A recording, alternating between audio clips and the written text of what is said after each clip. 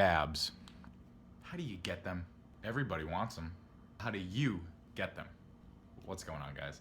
Well, since I'm going to be bringing you ab workouts, I figured I'd make a video and teach you guys how to do them properly so you're getting the most out of the ab workout that you possibly can. Here's my 5 tips on how you can utilize your ab workouts. Number 1, during your ab workout, you kind of got to get all zen-like. You got to use your head and you got to think about what's contracting, what's being used, what should be relaxed, when it should contract.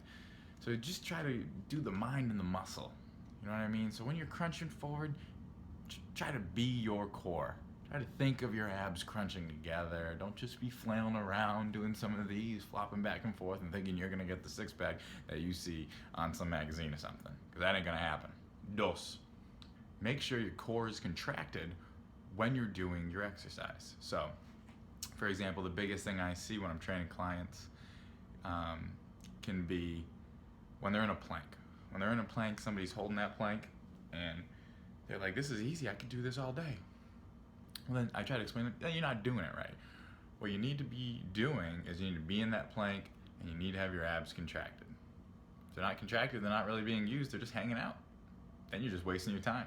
Nobody likes that. 3, a lot of people have low back problems, especially as they age. So a little tip I give people is when you're doing exercises on the ground where your back is on the ground, take a towel, take a t-shirt, whatever, and roll it up nice and tight and stick it under your lower back. It's gonna apply that pressure. That way it's just like your back is flat on the ground.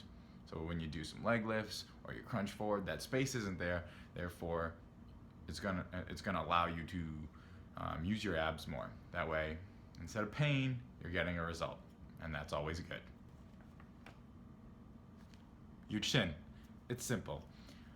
When we get into doing crunches, whether we're on a machine, doing crunches like so, or on the ground, doing crunches like this, pay attention to your chin. Don't let it tuck, and if you're doing one of these, not working, you're gonna start feeling some neck pain, you're gonna start wondering why you're getting back pain, neck pain, and you're not seeing any difference in your abs. So keep the chin off of your neck, and you want it to be going forward or up a little on an angle. Find, a little example would be find something that's up, okay? Find something that's up and drive your chin towards it. Every time you do that, crunch motion forward. My 5th tip is tension. Tension, tension, tension. When you're in a plank, everything needs to be tight. Your core needs to be tight. Your butt needs to be tight. Hamstrings. It's a full core workout. It's not just your abs. It's gonna hit all the abs, but it's everything. Tension, tension, tension. When you're doing crunches, keep your core tight. Tension, tension, tension that whole time. Side plank, same thing. If you're sitting on your butt, you're driving your legs in and out, working the lower abdominals, same thing. Focus on what you're doing. It all ties together. You gotta think about what you're doing. You gotta make sure the abs are contracting as your knees come in. And then as they come out, make sure the tension, as the muscle elongates and lengthens, make sure it's hitting the right spots. Tension. You don't take, if you only take one thing, make sure it's tension. So there's my 5 tips. What I'm gonna leave you guys with is when you're doing workouts, whether it's ab workouts, push-ups, crunches, whatever, I want you to focus on trying to fail. Sounds weird, right? I know.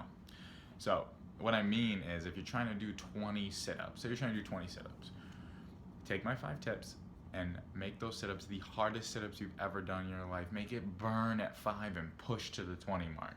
That way, if you fail at 18 because you can't do anymore, then you're obviously burning fat and building muscle. See what I mean?